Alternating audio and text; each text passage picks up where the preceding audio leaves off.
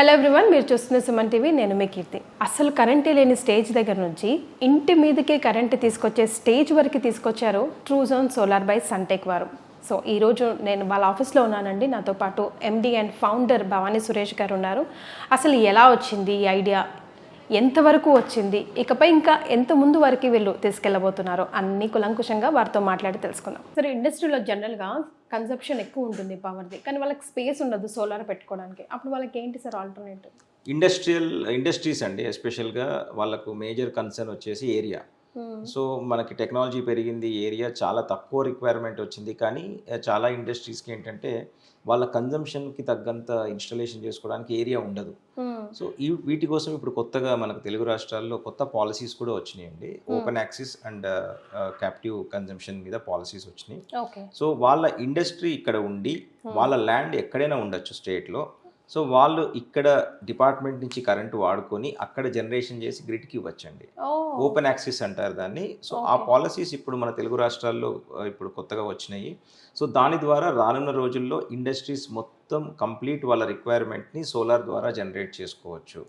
So ఈ policies ఇప్పుడు guidelines frame అవుతున్నాయి. దాని ద్వారా ఏమవుతుందంటే షెడ్ మీదే కాకుండా మనకి ఉపయోగం లేని ల్యాండ్ మీద కూడా సోలార్ ప్యానెల్స్ ఇన్స్టాల్ చేసుకోవచ్చు. సో ఆ ల్యాండ్ కూడా మనకు ఊరికే ఉంది, దేనికి వాడుకోకుండా ఉన్నదన్న దాని ల్యాండ్ మీద కూడా మనం సోలార్ సిస్టమ్ని పెట్టుకొని కల్టివేషన్కి పనిచేయని ల్యాండ్ కూడా మనం సోలార్కి వాడుకోవచ్చు. ఓకే, సో ఓపెన్ ల్యాండ్స్ ఏమైనా ఉంటే కూడా దానికి కూడా ఇదే ఓపెన్ ల్యాండ్స్ కూడా పెట్టుకోవచ్చు. మీకు ఒక మెగావాట్ పెట్టుకోవాలి అంటే 2.5 acres రిక్వైర్మెంట్ ఉంటుందండి.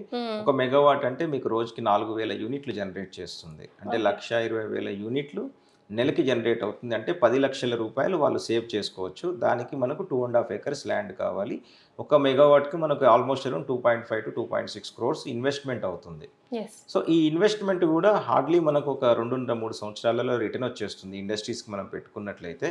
సో బ్యాంక్స్ కూడా లోన్ ఇస్తున్నాయి, ఎటువంటి కొలాటరల్ లేకుండా బ్యాంక్స్ కూడా లోన్ ఇస్తున్నాయి.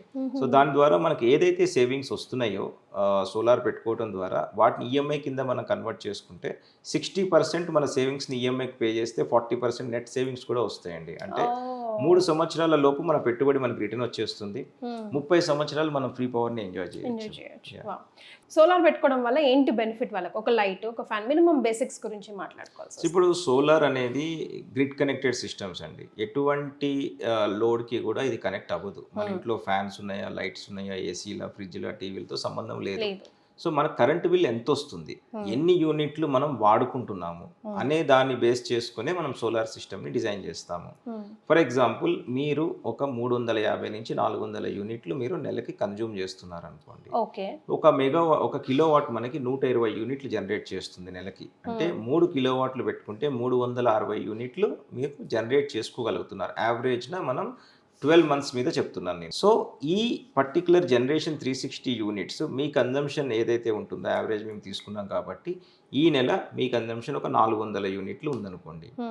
మనం 360 యూనిట్లు జనరేట్ చేసాము. 40 యూనిట్లకు మాత్రమే మీకు బిల్ వస్తుంది ఆ నెల. సో ఈ ప్రాసెస్ ఎట్లా ఉంటుందంటే ఎలక్ట్రిసిటీ డిపార్ట్మెంట్ వాళ్ళు ప్రతి ఇంట్లో కూడా ఒక డిపార్ట్మెంట్ మీటర్ ఉంటుంది, ఎలక్ట్రిసిటీ మీటర్ ఉంటుంది. సో ఈ మీటర్ ఓన్లీ మనం తయారు చేసుకుని మనం ఏదైతే వాడుతున్నామో కరెంట్ అది మాత్రమే రికార్డ్ చేస్తుంది మన ఇంట్లో ఉన్న మీటర్.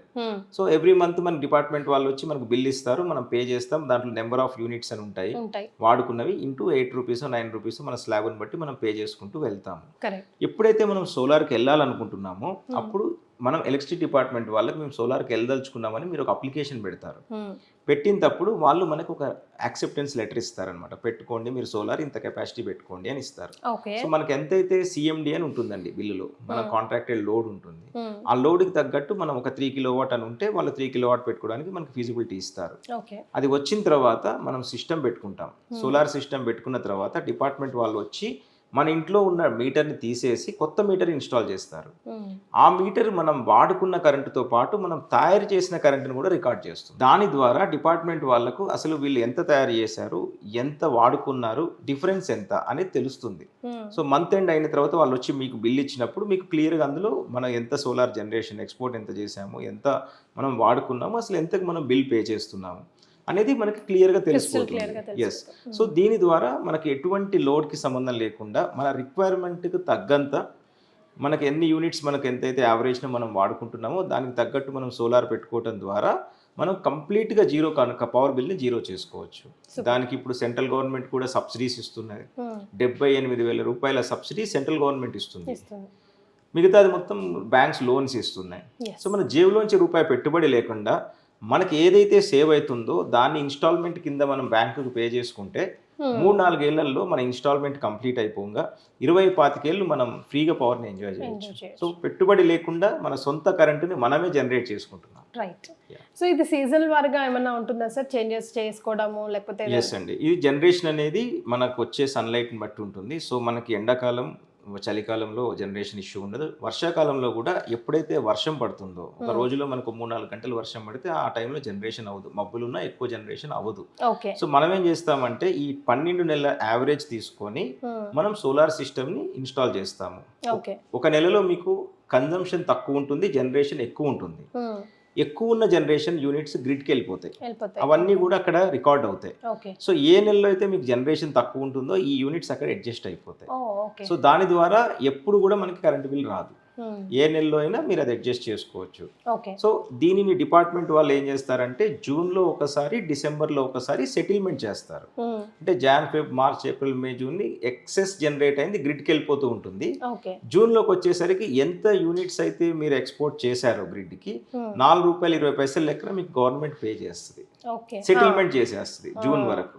మళ్ళీ జూలై నుంచి సేమ్ మనం జనరేట్ చేసుకుంటాము, వాటిని ఎక్స్పోర్ట్ చేస్తాము ఎక్సెస్ ఉంటే. ఒకవేళ తక్కువ ఉంటే మనం గ్రిడ్ నుంచి వాడుకుంటాము. అలా అది మళ్ళీ 6 నెలలు నడుస్తూ ఉంటుంది. సో డైరెక్ట్లీ ఆర్ ఇండైరెక్ట్లీ ఎన్విరాన్మెంట్కి ఎంతవరకు సపోర్ట్ ఇస్తుంది సార్? డెఫినెట్గా 100%. ఇప్పుడు ఇవాళ కోల్ లేదు, ఎక్కడ కూడా మీకు వాటర్ హైడ్రల్ ఇష్యూస్ ఉన్నాయి, కోల్ షార్టేజెస్ వస్తున్నాయి. మీకు కోల్ తోటి జనరేట్ చేసినప్పుడు మీకు ఎమిషన్స్ ఉంటాయి. సో ఇవంతా లేదు. సో మ్యాన్ పవర్ ఇది అంటే it's like you are generating your own electricity on your free roof top, ఎవరి మీద డిపెండ్ అవ్వకుండా. సో ఇది సైలెంట్గా, సౌండ్ పొల్యూషన్ లేకుండా, ఎటువంటి ఎఫెక్ట్స్ లేకుండా మనం జనరేట్ చేసుకుంటున్నాము.